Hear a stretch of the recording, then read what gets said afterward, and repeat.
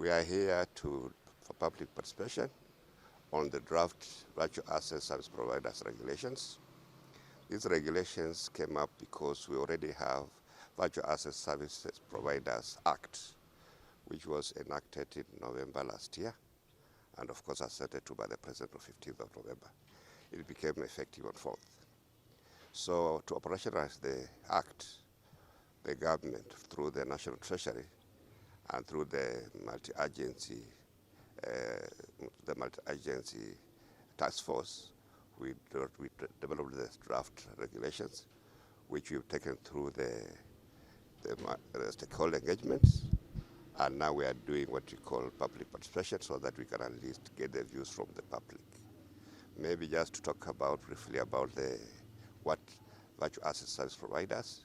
We call it virtual assets, but I know local people know them as cryptocurrencies, crypto assets. But the international term uses virtual assets. So we already have people who are providing those services in the country, but not in a licensed environment. So here we have an exposure, especially for the consumers, because no one is there to protect them in the event of scams, because we know we've been going around, we were in Machakos, we were in Mombasa, and the youth, especially the youth, are really being conned. So that's why we need to have a regulation so that we can be able to go after those people who scam people. Now, what we are doing is to make sure that that licensing is being regulated. We have service providers who will be regulated by Central Bank, and those will be regulated by the Capital Markets Authority.